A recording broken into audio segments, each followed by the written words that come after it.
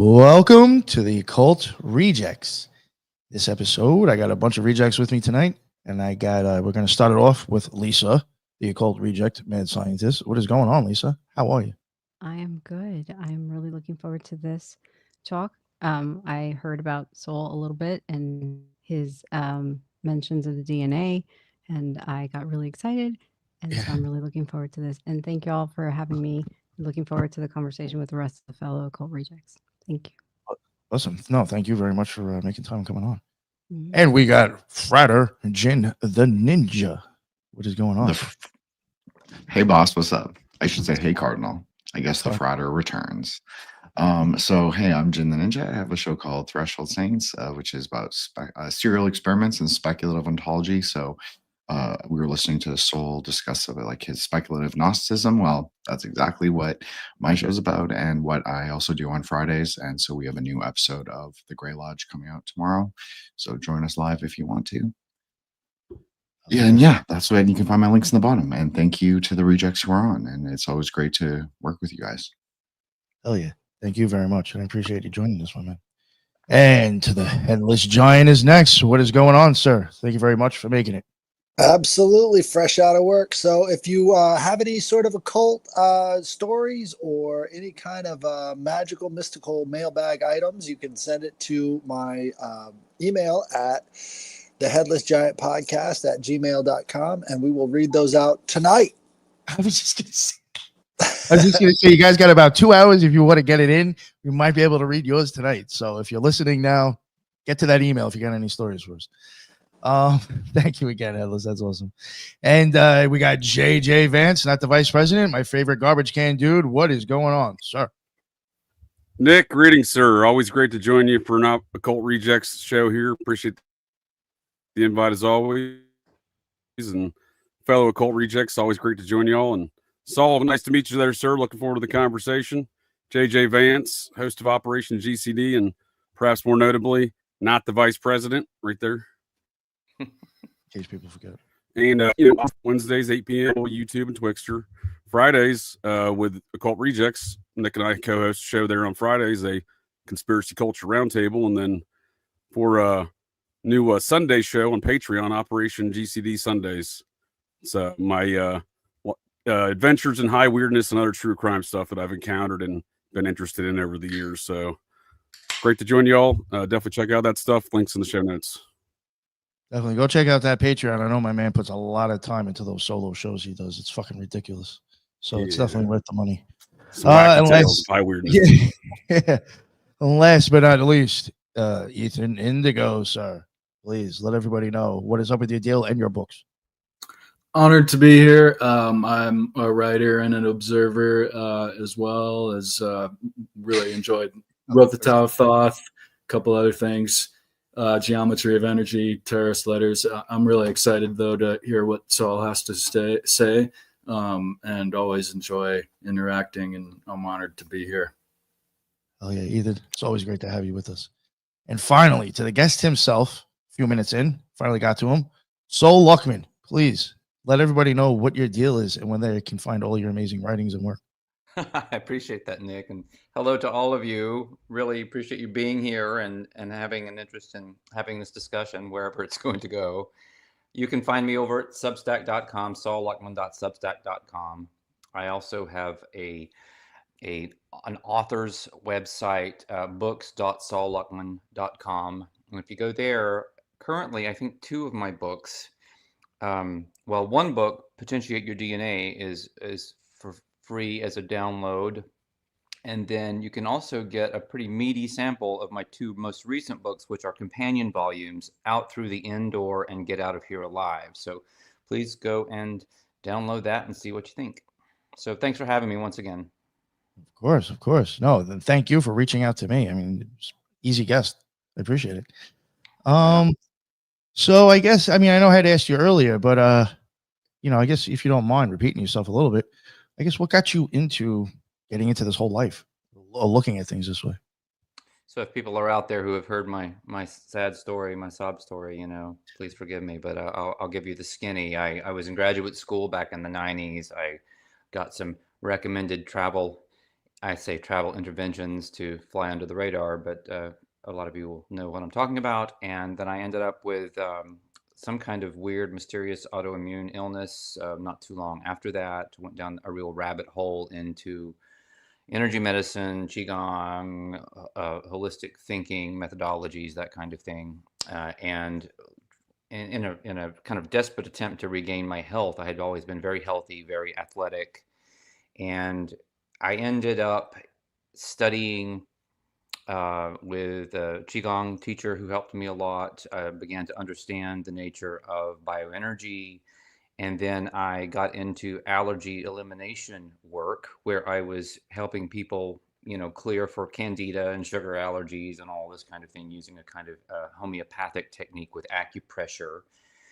And it was in that context that I began exploring with a lot of clients that I was doing kinesiology or muscle testing on. I began exploring the interface between sound, specifically language, and more specifically vowels and DNA, and more specifically the nucleotides of DNA, the nucleotide bases. So my thesis is that the 5 vowels in English are a kind of distillation of the vowels, the major and minor vowels around the world. And it's basically, I say that for a variety of reasons. If you read William Henry's work, he goes into some of this in relation to the alchemical language, the language of the birds, that sort of thing, and why he thinks that the English is the language of the bards, the modern day iteration of the language of the birds in some ways, or it has the codes to understand that ancient alchemical language of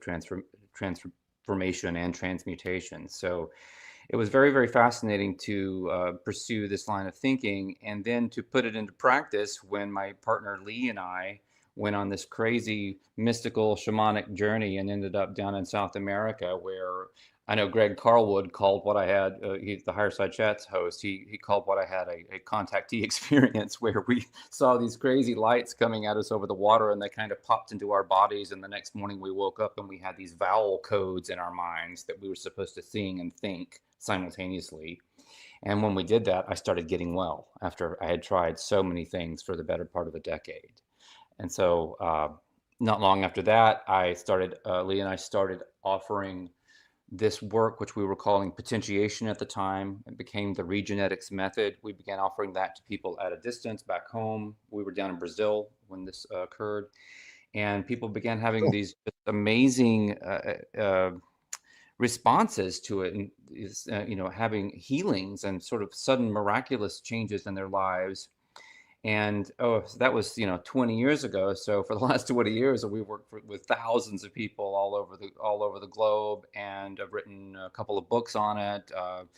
Potentiate Your DNA is one of them. Conscious Healing is another. Potentiate Your DNA is it's been translated into Spanish and French, so it's available if you're a speaker of those languages. Goodness, I don't know where to go with all that. It changed my life in a major way, and it really made me rethink the materialistic empiricist paradigm that we live in. If you don't mind me asking, just because I don't have a chance to ask people this probably that often. Now, you mentioned you were in Brazil for 20 years. What was I was down there at the time. Oh, okay. I thought you said I had been doing. I mean, I've spent a good bit of time in Brazil. Let's put it that way. All right. That's fine. I didn't spend 20 years there. All right. What so like you went to Brazil, I'm assuming, for spiritual stuff, correct? Well, actually, I initially went as part of my graduate research in literature.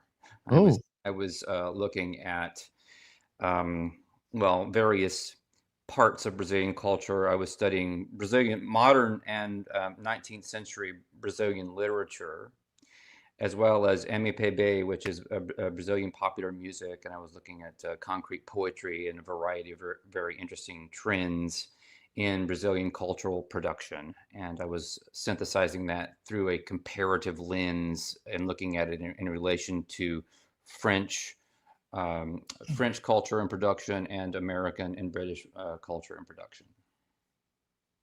Okay. Yeah, because when you mentioned you were in Brazil, I mean, that is I would say it's like a hotbed of spirituality. I mean, good or bad.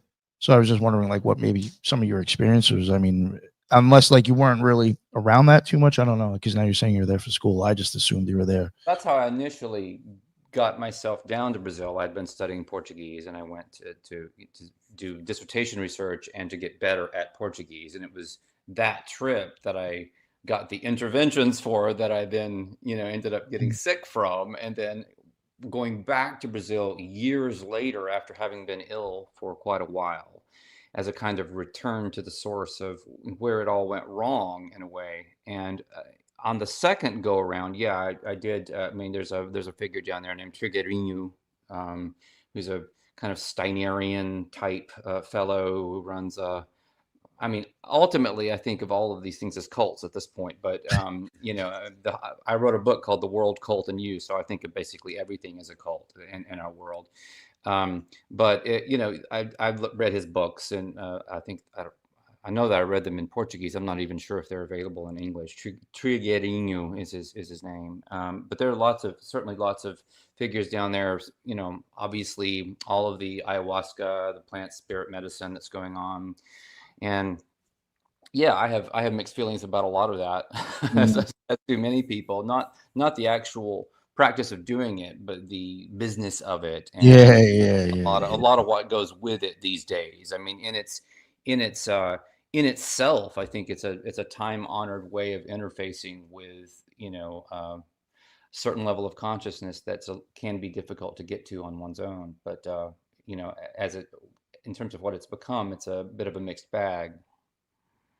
We do have I guess real quick, I just wanted to ask you something. Did you come across any of like kind of, I know you said it already, I don't want to say cults, but I mean that is in there, spiritual groups that were actually like like kind of big or anything like that, had compounds, put it that way? Yeah, there were these people who called themselves the Star People, and they were also doing this was way back in the day in the 1990s, and they had it was a big movement, and they were big into doing group ayahuasca ceremonies and that sort of thing. It was pretty intense. I mean, I've also done all the carnival stuff and all the craziness, and I've written about that in a forthcoming novel called Beginner's Luke, where I describe a lot of what I went through in Brazil, including contracting this crazy parasite that supposedly destroys the nerves to your heart and kills you eventually. But this work that I developed with Lee got rid of it. So I had a question about the energy working. Is it similar to Reiki? Is it like based in symbols? I'm not exactly sure the techniques involved. Yeah, I'm obviously familiar with Reiki, and I would say, other than the fact that it's using energy in some broad sense, no, I wouldn't say it has a lot to do with Reiki. It's specifically, there's various linguistic codes that are just vowel based, and you sing one set of codes. And so you're using the 5 vowels, and you sing them at a certain note or notes. Potentiation, for example, uses 528 hertz. That's the mi note of the solfeggio scale. And then the other activations in the Ener-genetics method incorporate more notes from that scale. So you're singing along, and at the same time you're thinking another set of codes. So you might be singing the vowel for the vowel ah, and you might be thinking underneath it the vowel for E. and sometimes they might actually line up so that you're singing and thinking. And there are also some silences involved where you're not thinking or not thinking anything. And so that's brings in another element that kind of frames some of this work. You know how musicians often say, it's the silence that creates the music. Well, that also applies here as well. And so you do that, and you do that for about 20 to 30 minutes for a session. That's how it works. And it's very meditative. A lot of people say it puts them into kind of a trance. My experience is that it has a lot to do with creating, alternative brain activity, and it's very powerful to just do it, but it's not really designed as a meditation. It's designed as a one-time session that starts a process. When you start the process, then it rolls out for 42 weeks, which is like a gestation cycle. So you're literally going through some kind of energetic rebirth, during which time your bioenergy blueprint, your biofield, your aura is being repatterned and healed of distortions and traumas. That's super interesting. So, and it is similar to Reiki, that it's non-touch or distance healing. That's correct. You can do it in person, and so you can do it in a way that the person can hear what you're singing. But we do it totally ceremonially, where people just go into their own kind of meditative environment, or it could be fishing for that matter, but it doesn't really matter. But it's somewhere where they can just be there, present in some way for the session, and then we perform it where we are. We work with people, like I said, all over the world, so different time zones and that kind of thing. So it doesn't really matter if people can hear it or not. It's sound healing, but sound is also, in my experience, observation, and theory, it is a non-local phenomenon as well. There is to validate the idea of that type of healing. There's another similar practice like Reiki called Jo-Rei. It's from Japan too. I wonder if you might have heard of that too. I've only heard of it. I mean, I've lived in Japan, so that's come across my plate, but I'm not exactly sure how that works. That must have been an interesting experience in Japan. I believe it's very similar to your idea of instigating a new pattern, and maybe even, goes into epigenetics. I'm not exactly sure, but I think it's familiar to what you were talking about. Well, you mentioned epigenetics, and that's certainly an important piece of what's going on with regenetics. Epigenetics is something I cite. I cite wave genetics and the work of Peter Gurayev and Vladimir Poponin. That's very, very fascinating stuff. I cite quantum bioholography, which is a whole area of study with people like Richard Allen Miller, this physicist, and other physicists back in the 70s. They wrote a paper which is available on my Substack. It's called A Holographic Concept of Reality, and it's really, really fascinating. And so Richard Allen Miller and his former wife, Iona Miller, very brilliant thinkers and writers. I mean, they've written great articles on DNA and DNA as a holographic translation mechanism. And where I go with that is I basically explore how DNA functions as a holographic translation mechanism for taking sound waves and turning them into light, or taking light waves and turning them into sound. So you can sing to the DNA, and that energy will basically turn upside down, and it will enter the upside down of your aura, if you want to use a Stranger Thing reference. So it goes into your bioenergy field, and then it speaks to it or instructs it what to do. And when that energy flows back through the DNA, it goes back to light. So it goes from light to sound, and sound to light, or vice versa, however, because you're using both modalities. So they're kind of crossing. They're creating a kind of DNA cross, a kind of chironic cross, as it moves, into your biofield.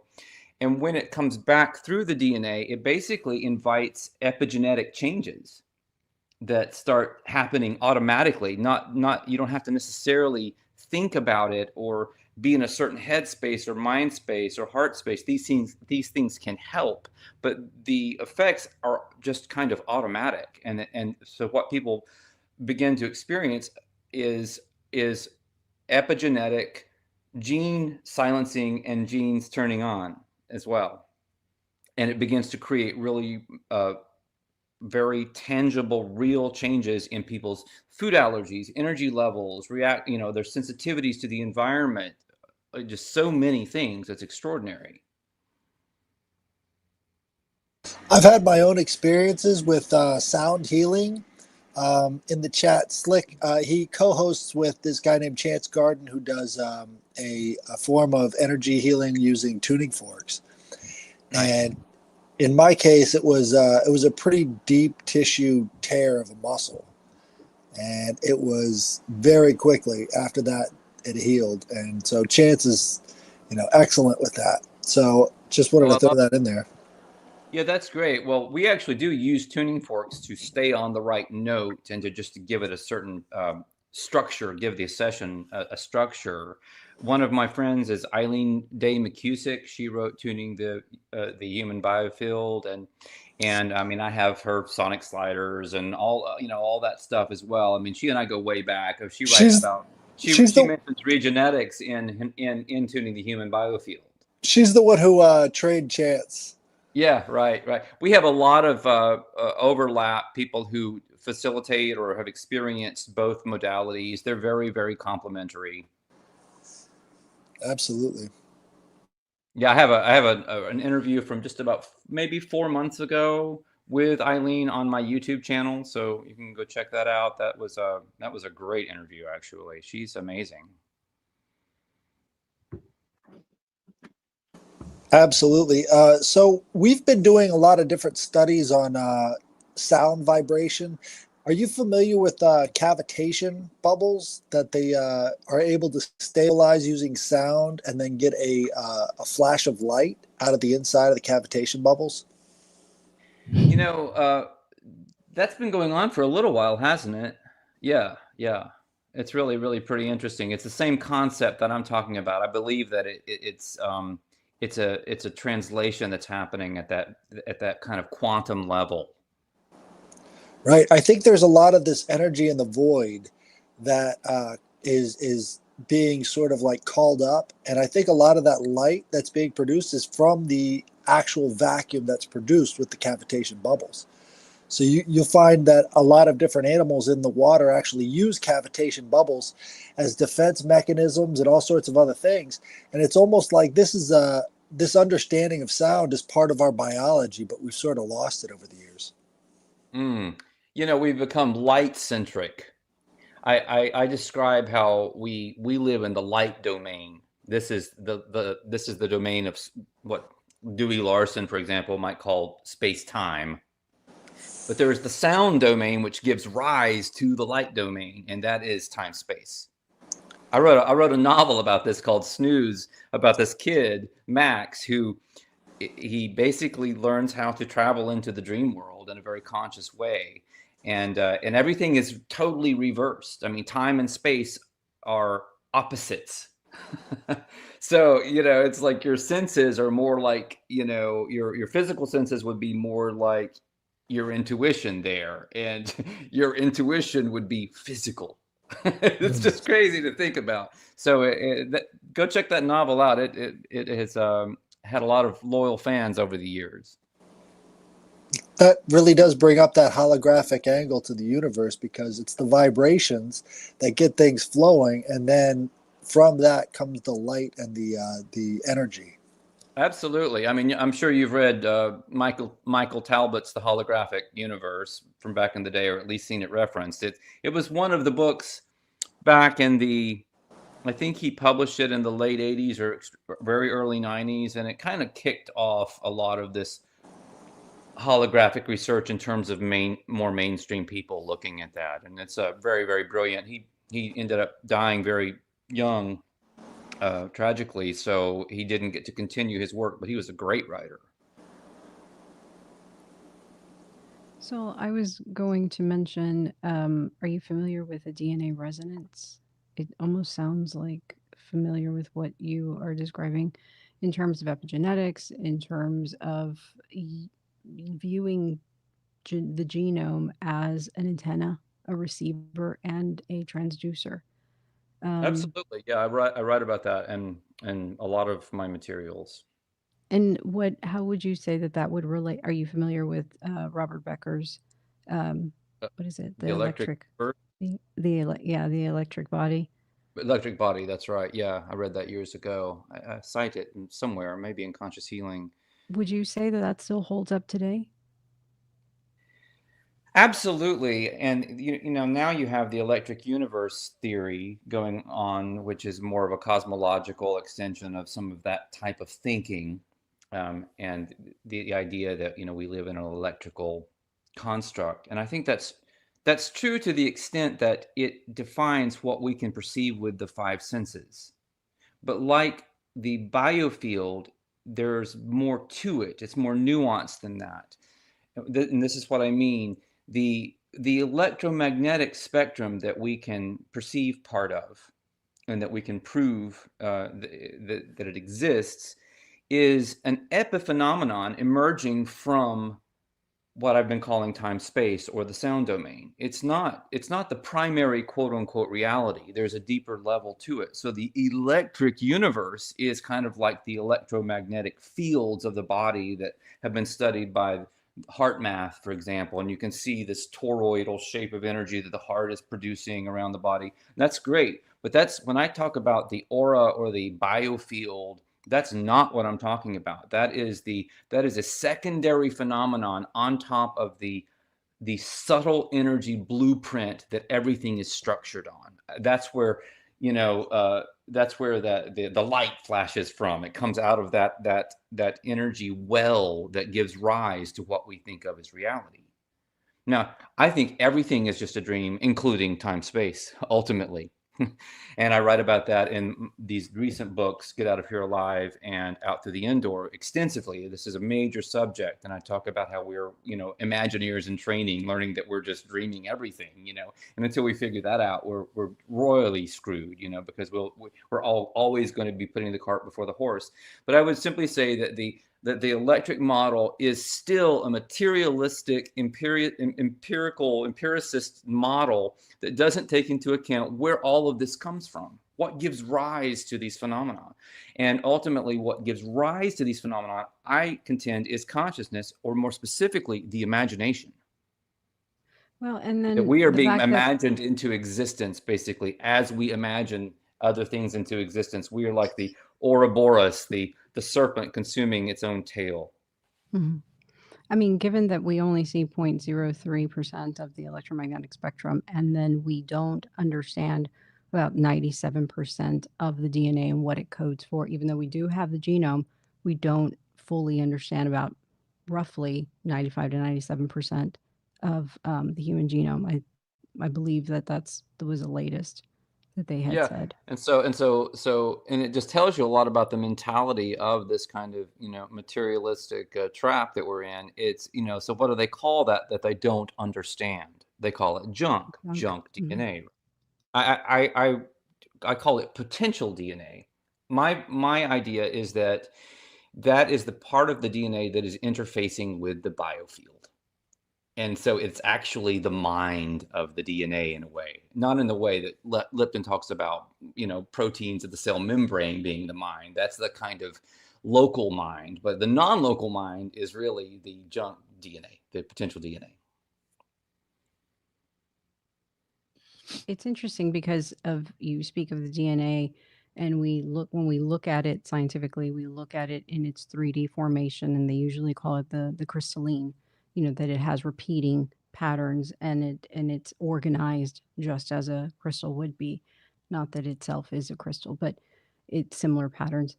And so when we see the patterns being emerged, especially with the sulfide bonds across, we see that the 10-5-6-5 repeat over and over.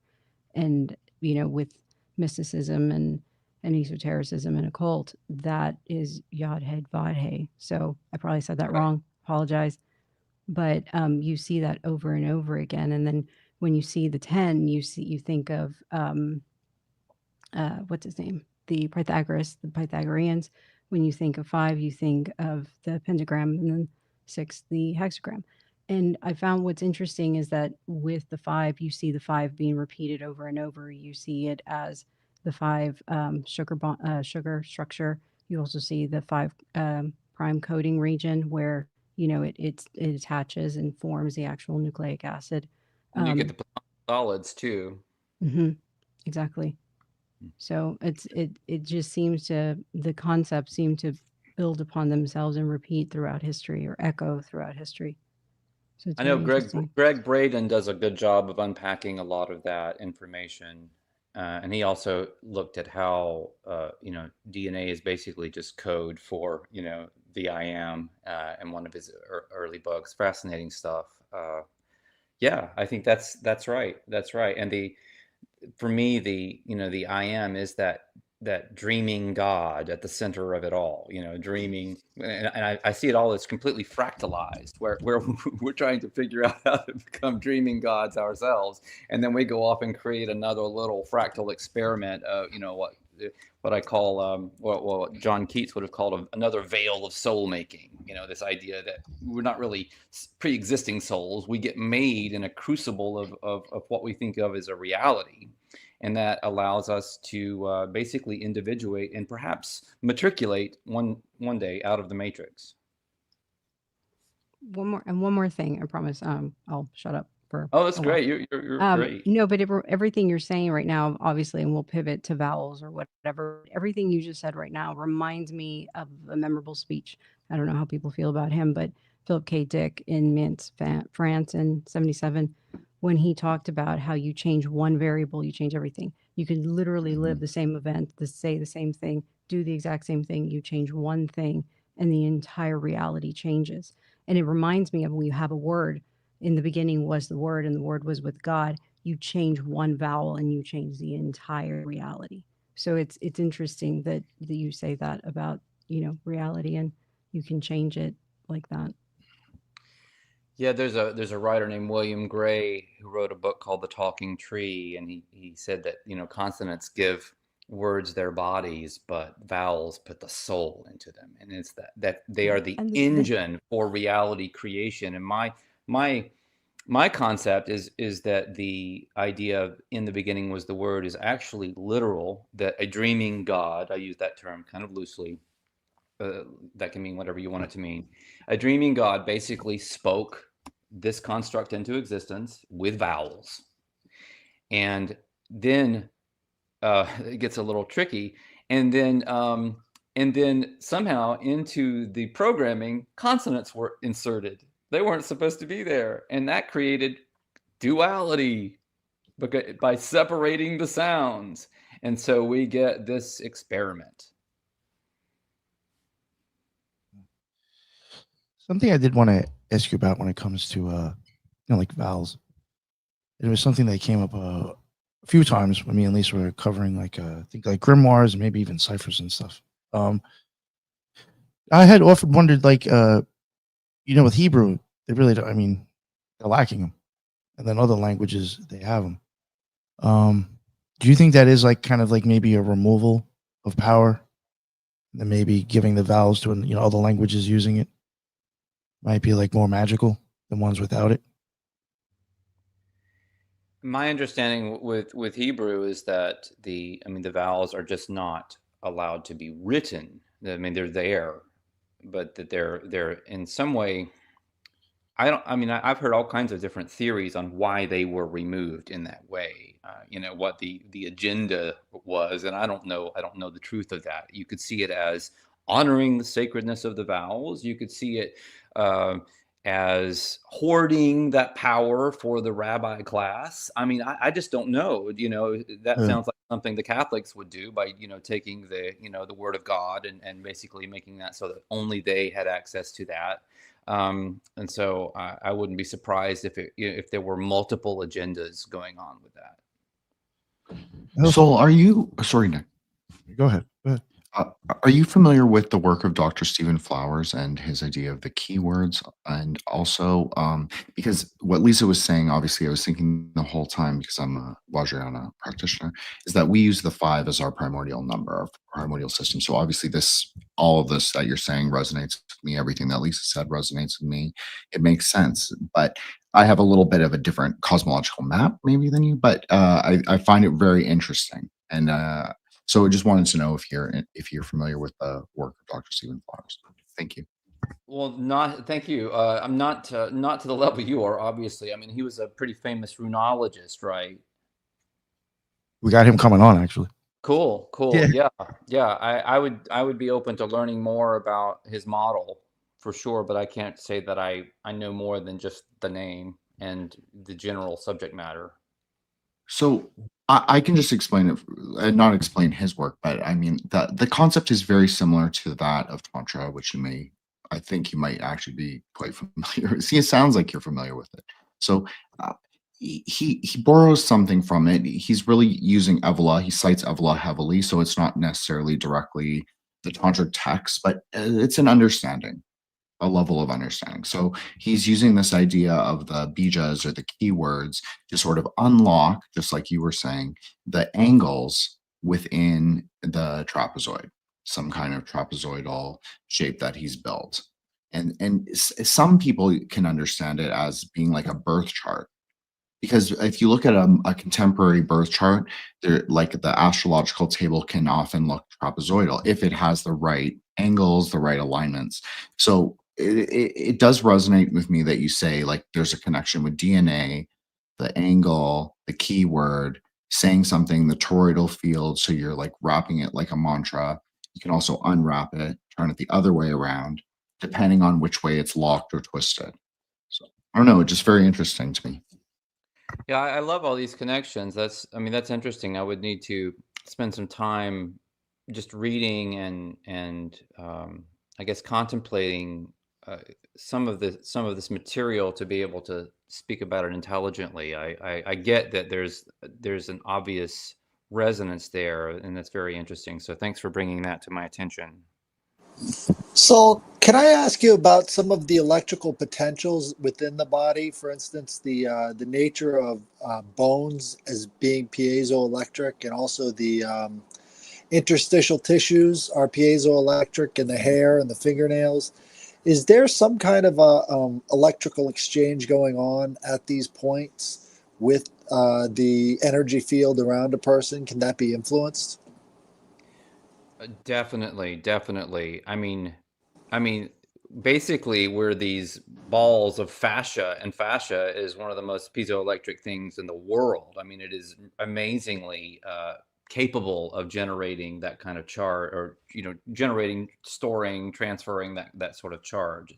It's what it does, and really, I think that you're healthy when you're keeping up that charge, right? And when that begins to go away, you begin to experience problems. I don't know if you've heard of John Barnes. He's the one of the one of the original writers on myofascial release work, and he wrote back in the 1990s. And his books are all about the piezoelectric qualities of the fascia, and it's absolutely fascinating. And as I was reading that years ago, it occurred to me that there was an automatic interface going on with the aura or the biofield at all times, and they were um, basically connecting with each other. I even went so far as to theorize that a lot of the translation mechanism when you're speaking to your biofield, like with potentiation, and you're using sound and light, that you're passing energy through your own fascial system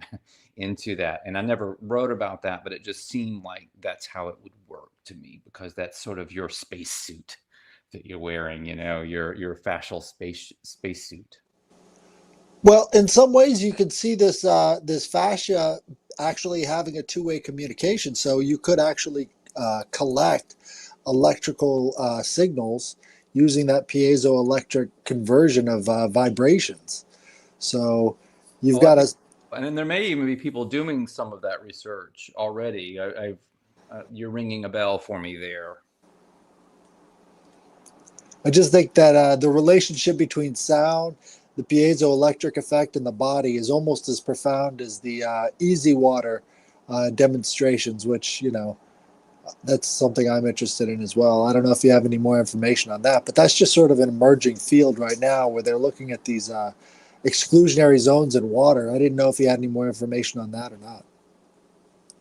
It's definitely not my. I mean, I've done my research with Masaru Emoto and that sort of thing, and looked at you know cellular water. I mean, there's golly, we could talk about like plant stem cells, for example. That's a fascinating new thing that's happening, where you there's a woman named Jen Payer who has written a book about this. I can get you the title for it. It's it is I read it not long ago. I wish I could access it. anyway, Jen Payer is her name, Payeur. And essentially, this is, to make a long story short, she now owns a company that goes in and basically harvests what was probably Hildegard von Bingen's herb garden 1,000 years ago in the Italian Alps. And so they're going in and taking the budding aspects of plants, flowers, and trees, and then they're using spagyrics, they're macerating them, and they're turning them into stem cells that actually act a lot like stem cells in your own body, but even though you're not a plant. It's crazy, crazy stuff. The healing properties of these things are completely off the charts. And when these doctors have looked at the structured water in these stem cells, in these liquid concoctions, they are nearly identical to structured water inside a healthy human cell. So for people who don't know, spagyrics are a combination of a plant's salt, sulfur, and mercury that they recombine and then create a medicine out of. So you would have the alcohol of the plant, you would have the ashes of the plant, you would have the essential oils from the plant all recombined. Is there another addition to that technique that she uses that you know of? You mean a different part of the technique? Right. Well, the main thing isn't technical, although spagyrics are used to enhance these things. The main thing is that you're harvesting the budding aspects of these plants. Usually you're harvesting the mature parts of these plants when they've gone through their growing season and they don't have any stem cells left. All of the power is really gone. It's amazing that herbs and herbology work as well as they do because you're basically using the leftovers of the vitality of the plant. So they go in and get the raw vegetal power of these different types of trees and shrubs and flowers. It's amazing. And then they have very specific uses. You might, be aware of, the use of a dandelion or whatever. So some of them they're pretty well known what they do. It's just that these are kind of like herbs on steroids, to kind of make a joke. They're so powerful that they put a lot of herbology into a completely different context. Now, having said that, they can also be used in tandem with other herbs. They can be used in tandem with homeopathics. They can be used if you're having to take allopathic medicines or drugs, and they can make things more powerful, more effective, and they can also help by reducing the side effects and the negative effects, Herxheimer reactions, that sort of thing, because they actually drain your system of toxins in a different way from a lot of other approaches. There's drainage and detox. So they actually drain, where they allow your body to use your phase 1 liver detox mostly to get this stuff out of your body. Herxheimer reactions happen when people end up sliding into phase 2 conjugation, where the liver has to tag everything and with using glutathione, and then you're into like, okay, the body is on the defensive and it's getting beaten up by the toxins.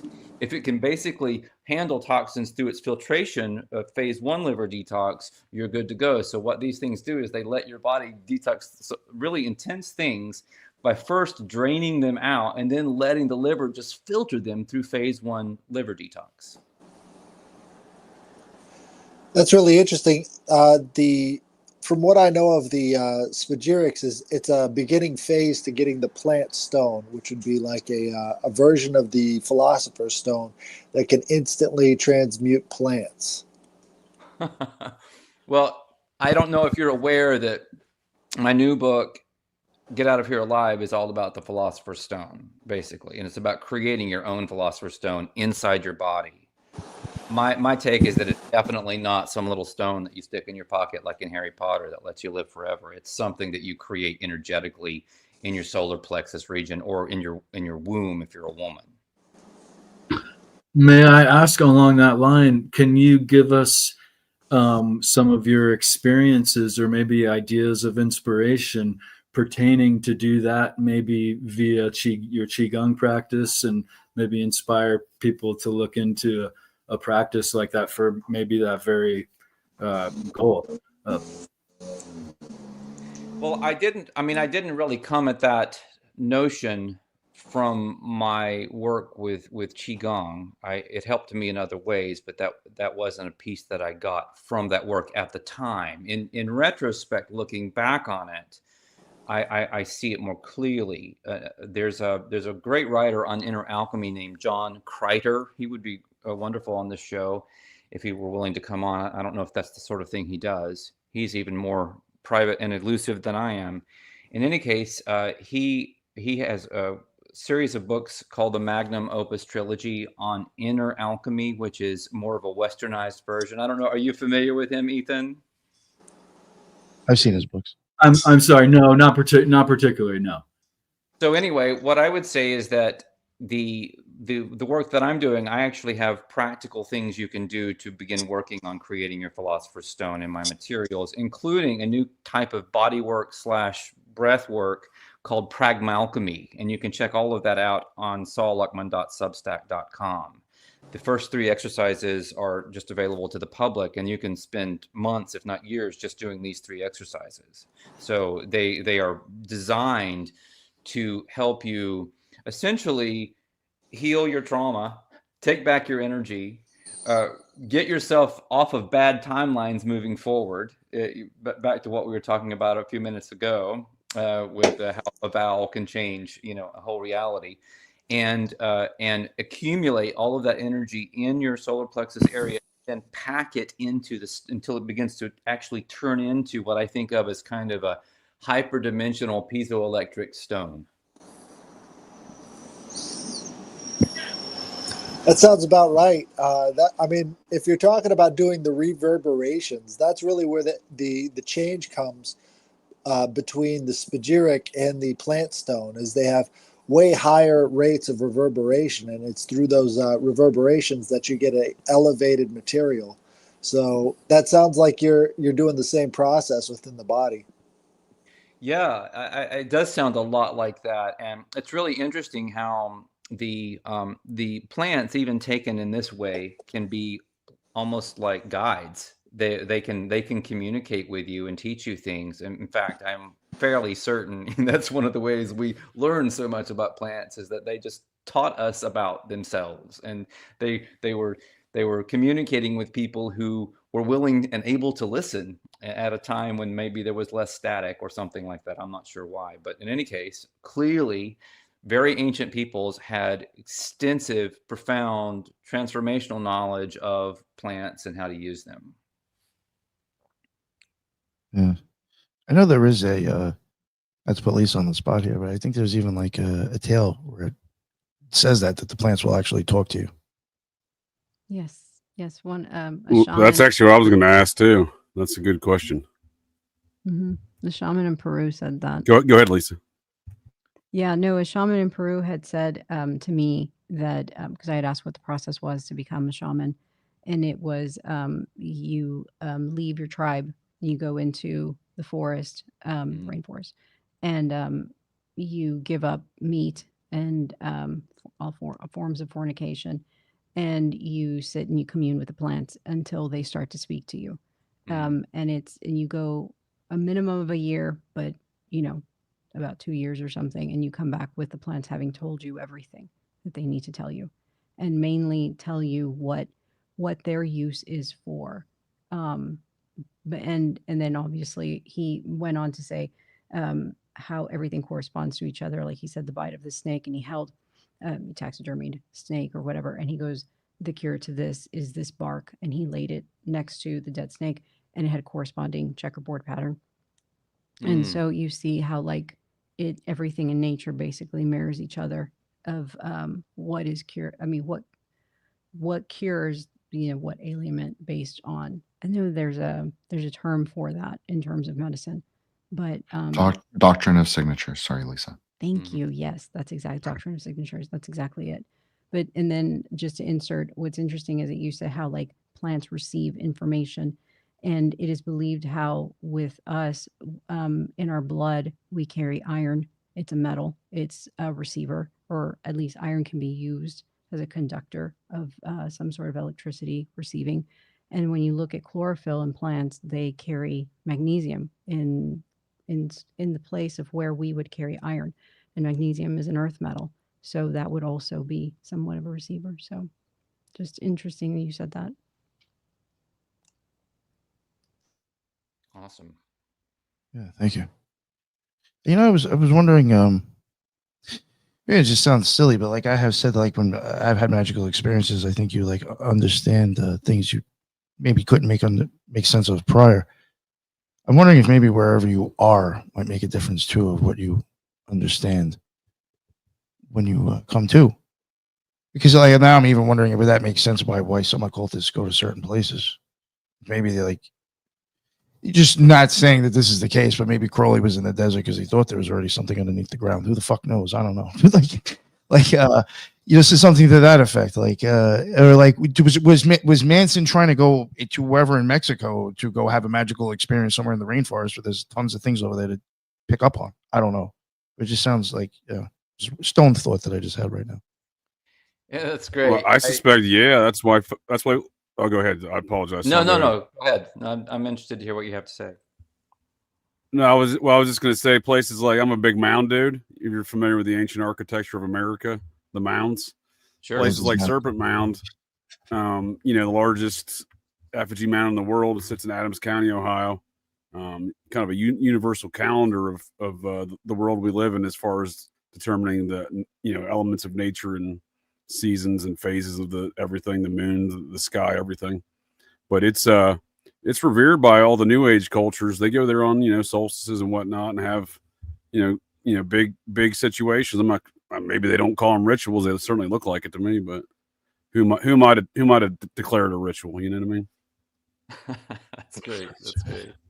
Well, I was just going to tell you, Nick, that yeah, when I was sick and trying to figure out how to get well back in the day, and I was being led down to Brazil, my partner Lee and she and I chose a very specific place in Brazil to go to, which was this little town called Búzios, and we chose it because it was one of the closest towns that we could access to one of Ivan Sanderson's Devil's Graveyards.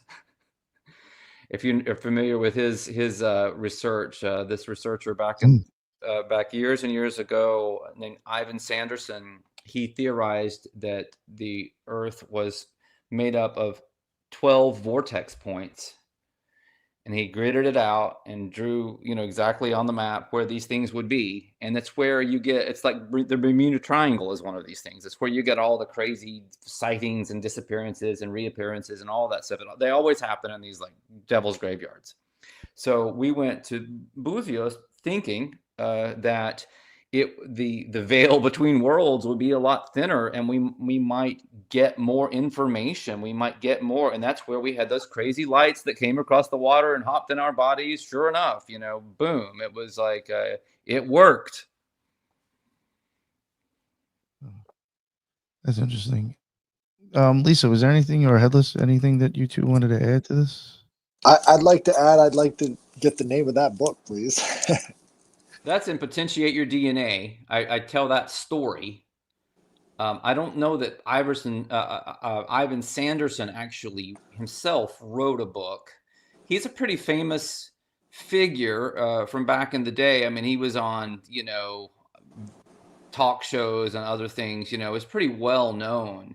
He's also the researcher who went and saw the Minnesota Iceman, if you're familiar with that story from Bigfoot lore.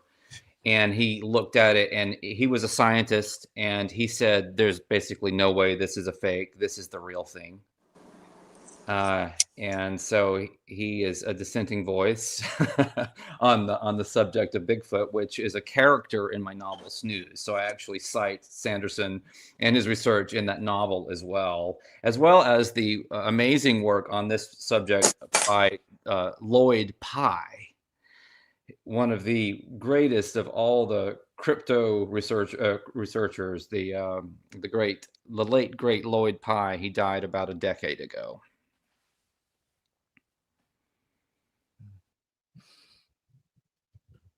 Yeah. Well, I have a question, if you don't mind, there, Nick. You're about go to say something. Yeah, no, I forgot. Unfortunately, I did have something. Right. I'm in for the save. You looked like you balked, so I came in, swept I in did. at the balk. Thank you. I have all of you here. So if I remember correctly, sir, we started this journey here about an hour ago with you describing some mystical experiences down in Brazil. Is that correct? Yep. So, and that's kind of how DNA was founded, right? Francis Crick was big into some mystical experiences as well, with some LSD and whatnot, right? Well, that's how the story goes. I've heard people dispute that, but I would not be surprised if that were the case, actually. Yeah, I mean, from my understanding, that is, I've seen a lot disputing it, but I mean, from some credible sources, and I believe it was the folks down there at Maps did a extensive piece on it. After he died, so it's obviously they're pro psychedelics, but what I'm saying is I think there's an argument to be made that based on Crick's own admissions and statements, that's exactly what occurred. Whether or not it's a popular idea or not, that's probably what's really a dispute.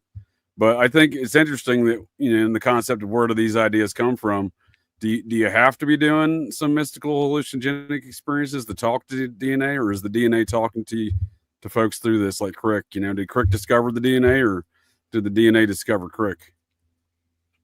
Yeah, I don't believe you have to be doing anything except listening. I think it's just part of our human technology. Having said that, there's, you have Jeremy Narby writing The Cosmic Serpent about shamans in South America who would take certain potions to be able to see essentially what Narby theorized was DNA. And these serpents would talk to the shamans and tell them how to heal people. And specifically, they would give them sound and light codes that they could sing and think to make people well. And that was one of the major inspirations behind potentiation and epigenetics. No, I'm definitely into those. That's awesome. I'm definitely into those ideas. I'm certainly not anti-intoxicants, if that's how I came off before. But I am interested in the idea of where ideas come from and where thoughts come from. And I feel like, certainly with my own mystical experiences through hallucinogens, that I can see where some of these things may go on, but it still begs the question of who's talking, who's communicating to who. Yeah, I mean? It's got to be. You see these shapes and stuff, those experiences, and go ahead. Oh, I was just going to say, I think it's got to be a two-way street. Everything is kind of a two-way street. I come back to this image of someone's got to pick up the phone call. Serpent.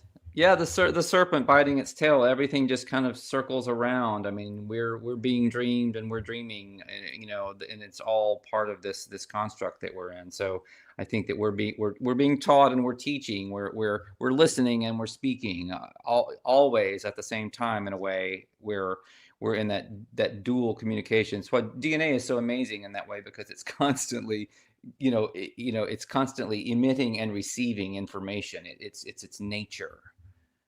Right. That's what I was kind of getting at with Crick, maybe plugging in his own DNA to a greater system with these communications, because courtesy of the LSD, that is.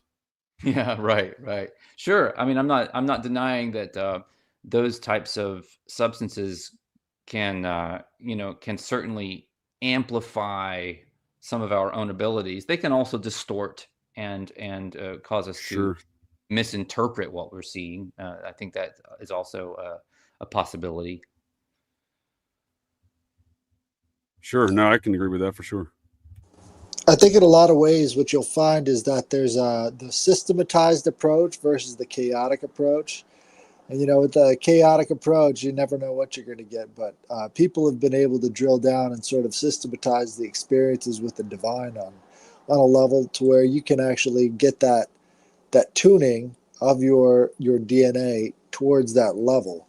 And I think they've got the idea of the God helmet and these other sort of devices that sort of change the frequency inside your brain to produce these responses. But I think that can be done even without the assistance of electromagnetics. Yes, I would agree. I would completely agree. I wonder, Saul, if you might share some insights into maybe contrasting allopathy or traditional conventional medicine and just not necessarily one form of herbal systems or alternative holistic healing, but just if someone is thinking about that inclination and maybe you know of a tonic that is or an herb that is generally good for uplifting the immune systems of us all that people might consider. Thanks. Okay, yeah, that's a good question. In order to respond to the part about allopathic medicine in relation to other forms of healing, let me just cite the work of Larry Dossey, Dr. Larry Dossey, who wrote a number of books. One's called Healing Words. Another one was the Reinventing Medicine. And I actually map all of this out in Potentiate Your DNA. It's a fascinating model, and he basically divided the history of medicine into 3 eras. So the first one was what he called Era 1, and that was essentially physical medicine, the body as a machine. It focused on how to just correct physical imbalances and that kind of thing. And you could include in that some of the early chemistry experiments, spagyrics, herbs, other types of healing. So again, we're looking at the chemistry, the physical makeup of the body, and then at some point in time in his model, we moved into Era 2, which was mind-body medicine. And so we get into psychology, psychotherapy, power of positive thinking, and all of that. And we were looking at mind-body connections, and that's certainly been a very, very rich area of research. Epigenetics would be an example of mind-body medicine in a lot of ways.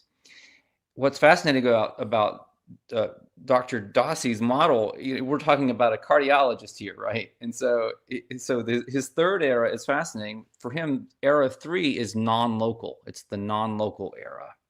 And it's when all of these quantum effects, these consciousness effects, the power of the imagination, the power of feeling. I write about the power of positive feeling, for example, as a way of generating these possibilities. Like you were talking about Headless, about, you don't even need the headset or whatever. Well, I totally agree. You can use other parts of your being to achieve these sometimes miraculous effects. One of the things that's fascinating about the plant stem cells, Ethan, is that they have the ability to this was very elucidating for me, because we think that everything has a role and it must behave in a certain way, and this is how it is. That's kind of the way our science and our medicine look at things. Research has shown relative to these plant stem cells that they are capable of taking a damaged organ system, like your liver's not functioning that well, right? And conscripting, for example, the kidneys to perform liver functions until your liver comes back online. It's fascinating. This shouldn't be happening, but it is happening. So, there's a lot of food for thought there in terms of like immune herbs to look at from a plant spirit medicine perspective, or a plant stem cell perspective. There's black currant, dog rose is a good one, boxwood, silver fir is really pretty amazing. Silver fir is really great at regrowing bone and getting osteoblasts to come online and that sort of thing. So you can do a lot of very, very powerful regeneration using those types of elements. And I'm not an expert in this by any means. I got off on this because it's something I've been studying. I continue to learn things, myself. So I'm just a student of all of this right now. I don't pretend to be an authority on this subject.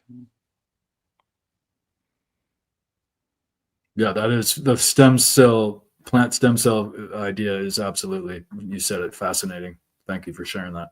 Yeah, I mean, I do recommend that people go and check out Jen's work. I'm gonna tell you what her book title is right now because I feel like I've dropped the ball on that, and I can't seem to find it in my bookmarks, which is weird. But anyway, yeah, it's Ancient Plant Wisdom: How to Improve and Maintain Your Health Using Concentrated Plant Stem Cell Remedies. So, Ancient Plant Wisdom. I wonder if that's why you see a lot of occultists into botany. It's really interesting, especially amongst the Nazis that are big into botany. Yeah.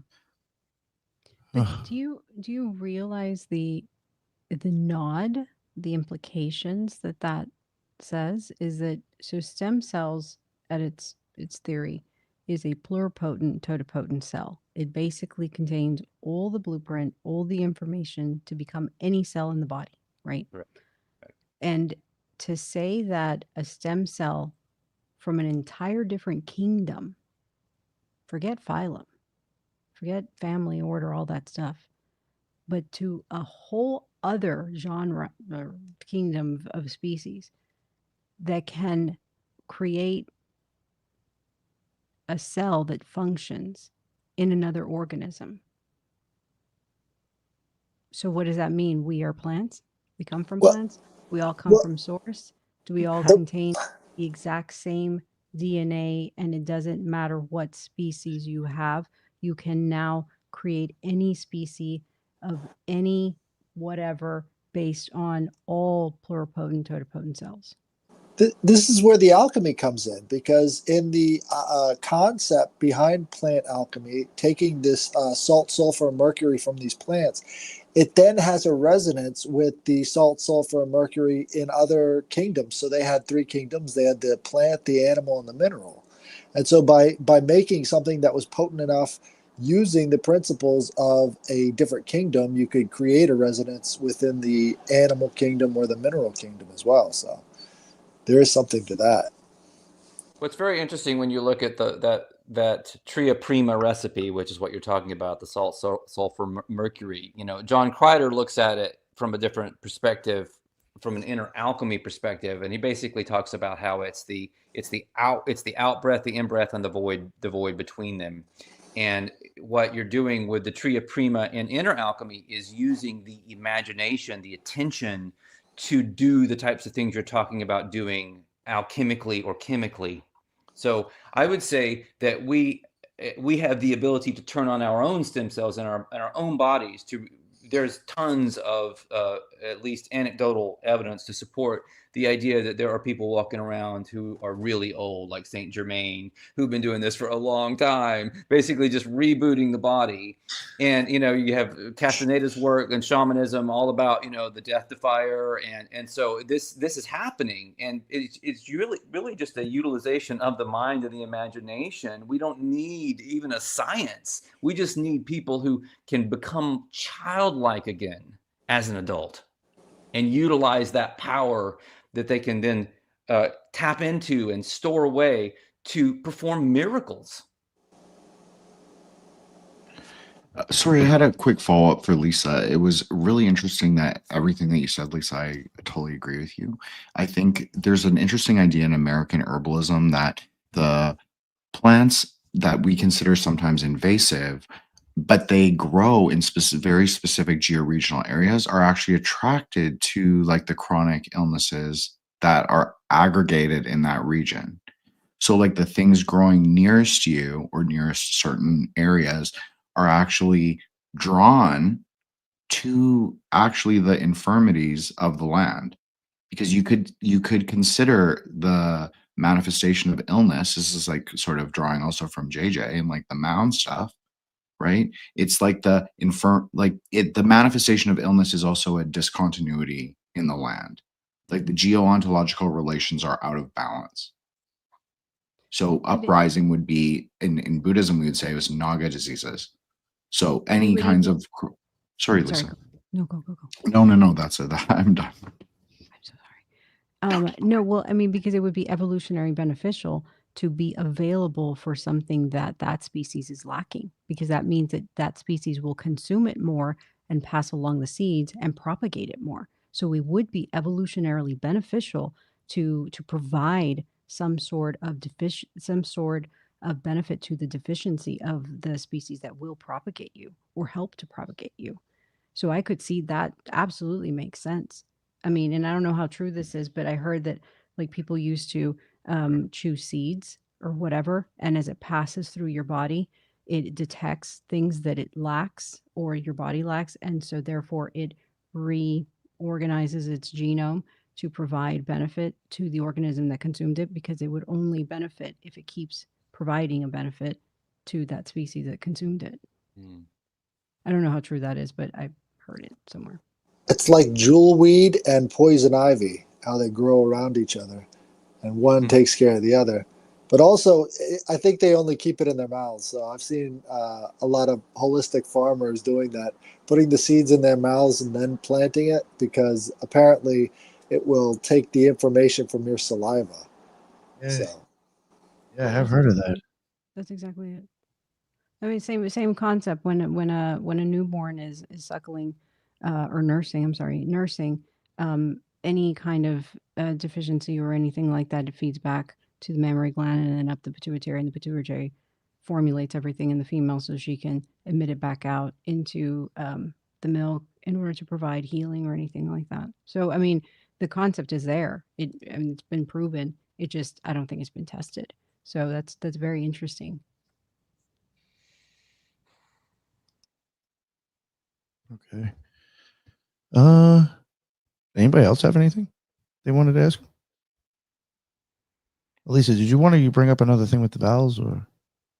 Yeah, I kind of wanted to, I wanted to revisit the vowel part, Soul, that you had kind of started on at the beginning, and how you structured the vowels to DNA, and kind of like a segue from DNA now back into vowels that you were touching upon early on in the episode. If I understand your question, the basic methodology was to do kinesiology to determine which vowels lined up with which nucleotides. And was this a universal thing? Was it the same for different people? We also were looking at different energy families.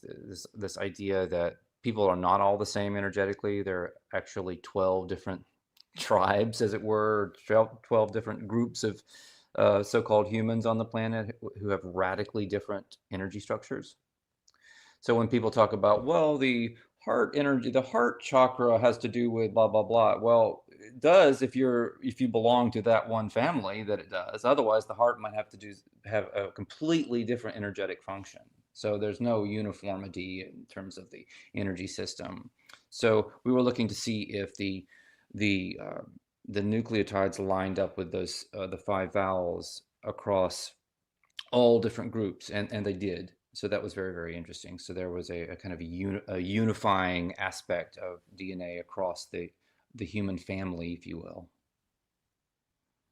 I guess the reason I brought it up is because, Nick, when you mentioned that we covered about sigils and ciphers and what have you, and went to gematria, there was a time when words or letters were linked in with numbers, and you had the alphanumerical system and what have you before it was separated, and it was thought that that letters had power and value or mathematical value of sorts.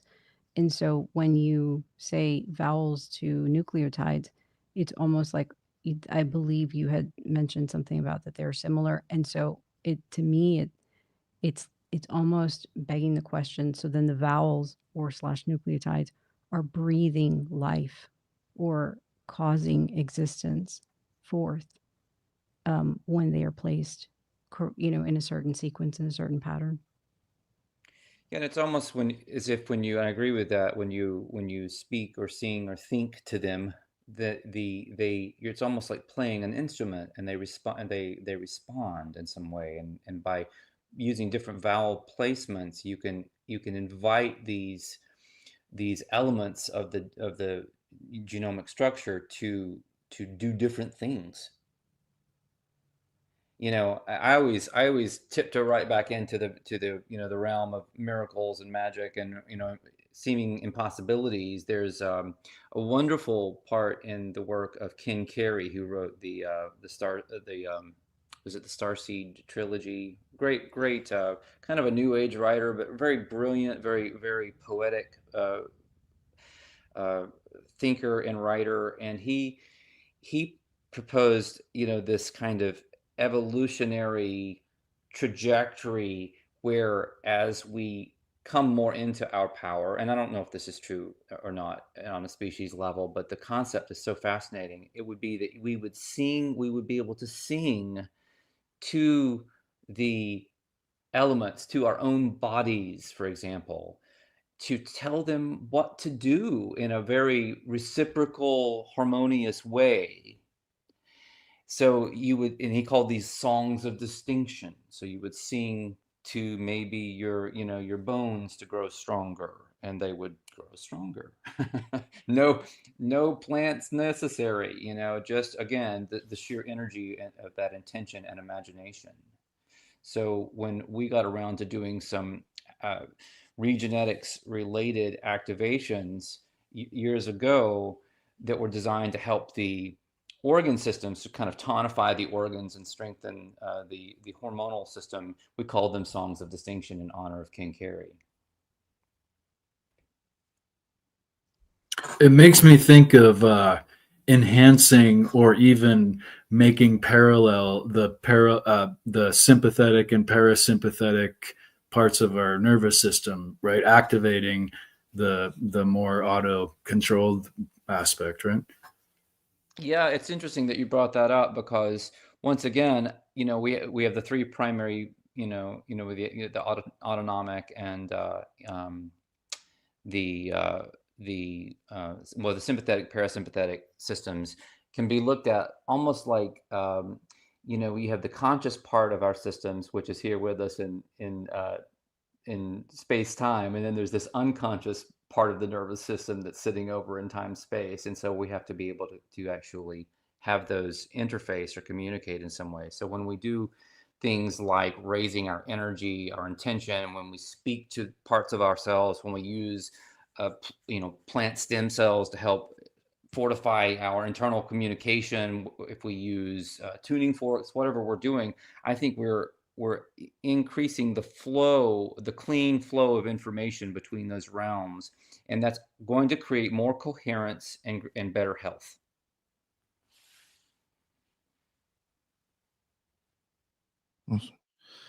Jin. Friday Jin. Yes, sir. Yes. I was going to bring up that image on the bottom. Sure. Well, just because Soul has referenced the sleeping god, I just thought we would look at for like a moment, like the OG sleeping god. So this is Narayana or Vishnu or Mahavishnu. Although he only has one head in this image, and if he was Mahavishnu, he would have 1,008 faces. So that's great. But it's implied, and he wears Sashnaga as his crown. But in this image, he's actually sleeping. He's sleeping on the supernal ocean, very Neptunian. So this is the sleeping He's god. also the god of DNA. Look at all that DNA, those Nagas. Right. That's a very interesting way to frame him, because he is often depicted as a Naga himself. Like his legs actually have the tail of a snake. But I will also say that in Shaivite sort of Puranic understanding, and obviously in Tantra, he is not the finality or the terminus. He would just be sort of what he's called is the Mahavira, the greater hero, the worldly hero, you could say. So he is just a cast member of the Leela, but he of himself is not the force of moksha. But of course, in normative Puranic Vaishnavism, yes, certainly. Yeah, and when I use that reference, I'm using it as a much more generic reference, so I'm not actually pegging it to a specific tradition. But I do appreciate what you're saying about him not being the terminus in that way. So thanks for sharing that. I'm using it basically more poetically, this idea that we are in a dream and that we are dreaming realities, and the game of the construct is to become conscious of that we're doing that and to become better at it. And if we get good enough, we can actually kind of fractalize off and become the sleeping god of a new experiment. I question whether there is such a thing as a terminus at all. I don't really think there is an alpha or an omega.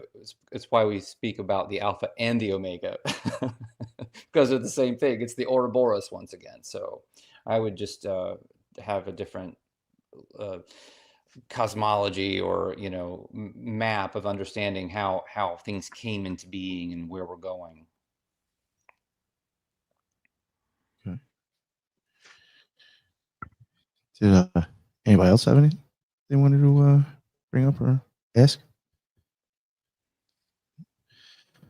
So, was there anything other stuff that you might want to talk about that's in your books or on your site? I mean, I'm good. I know we've been going for a while. I don't know how long you usually go. I think we've covered some pretty meaty material here. I don't know. No, I'm fine. I don't want to make sure. Just want to make sure you didn't leave anything off that you wanted to make. You wanted to talk about. Or whatever. I don't know if JJ had something. What's going on, sir? No, I was just giving it a thumbs up. It's great material. I definitely appreciate your time there, Saul, conversation, insight for sure. I appreciate that. Thank you, all of you, for great questions and insights. I mean, I learned a lot doing these interviews, and I would have to say I've learned a lot on this one. I made a bunch of notes in my little note app. Lots of stuff to look into. So I really am thankful to all of you for bringing that to me. Oh, hell yeah. Oh, in terms of the DNA, Saul, maybe, and Nick can tell you more, and Jen, the Sefer Yetzirah, Mm-hmm. They talk about that extensively, weirdly enough. The Cool. connection to it. Mm-hmm. Yeah, I do write a little bit about the Sephira in one of the chapters of one of my books, Very and nice. Very all nice. that connection. Awesome. All right. Well, I guess we'll let everybody kind of give their little spiel. Lisa, thank you very much for joining us. I appreciate it. Mhm. Hell yeah. Anything you wanted to? Just occultresearchinstitute.org. We have some contributors from the Occult Rejects that contribute really cool stuff, literary stuff. So check us out, occultresearchinstitute.org. Awesome. Thank you very much. Friday Jen, the Ninja. Thank you, boss. And thank you, Lisa, Headless, JJ, and of course, Ethan, and our guest Soul. Thank you. And thank you for inviting me on, Nick. It's not really our guest, it's your guest, but we're on a cross table, I guess. So, and thank you. So check me out, Threshold Saints at Wukong Reborn, WUKONG Reborn on X Twitter, and at Threshold Saints on IG. And for the show account is also at Threshold Saints.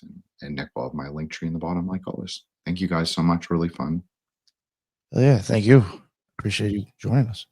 And Headless Giant, what is up, my man? How's it going? So, you've got about an hour left. Get those emails in there. Fill up that inbox. All right. So you can find me on YouTube and Twitter, Headless Giant. Thank you so much for coming on, Saul. I got a whole page full of notes too. So Yeah, so great meeting you again. this is great. Yeah, that was definitely fun. That kind of burnt me out pretty quick, actually. I thought a little bit too hard, I think. Yeah, that happens. Yeah, then I had this whole thing in my head and then I lost it and I was like, fuck. JJ, sir, please let everybody know where they can find your amazing work. Nick, as always, I appreciate the invite, good sir, and fellow Occult Rejects, as always. Fantastic conversation. Great to meet you, Saul, and I agree with Headless there. I also have a lot of notes that I've taken here as well, so it's appreciate your time and insights again. It's a great conversation. And JJ Vance, host of Operation GCD, more notably not the vice president. And if you enjoy the film Back to the Future, I highly recommend checking out last night's Operation GCD Live. It's a full-blown Occult Rejects panel of an occult and esoteric review of the 1985 cinematic masterpiece Back to the Future. And if you like dark comedies and unfortunate events, highly recommend checking out Operation GCD Sundays, 8 p.m. And my unfortunate tales of being cursed by a haunted doll for the last 12 plus years. The Curse of Robert the Doll.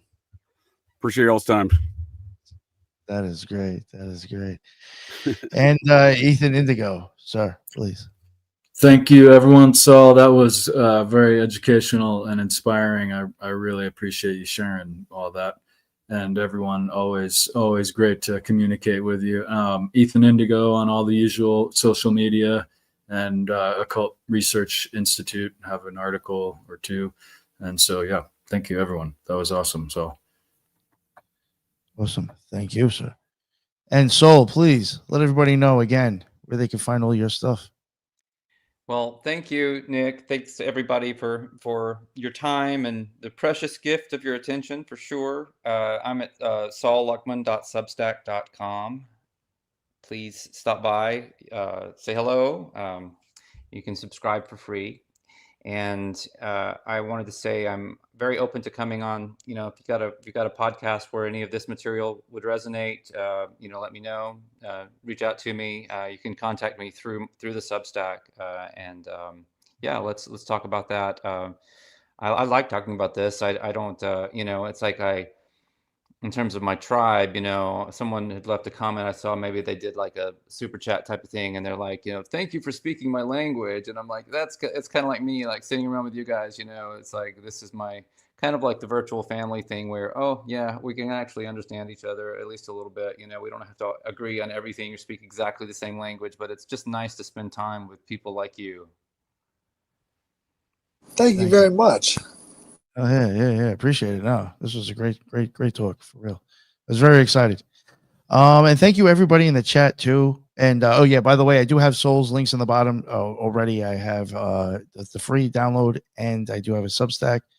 Thank you for everybody in the chat. Thank you, Donald Ferguson. And I guess since before we end the live, Donald is coming on Sunday. So, you know, big show. The guy's gonna blow our minds. So definitely catch it. It's Donald Ferguson. I think it's Sunday. Yes. And thank you again, everybody in the chat. That's why I went live. I thought there was some great stuff in there. That's what's up. And again, thank you all for joining me. And that was great stuff. And until the next one, everybody be well. Later.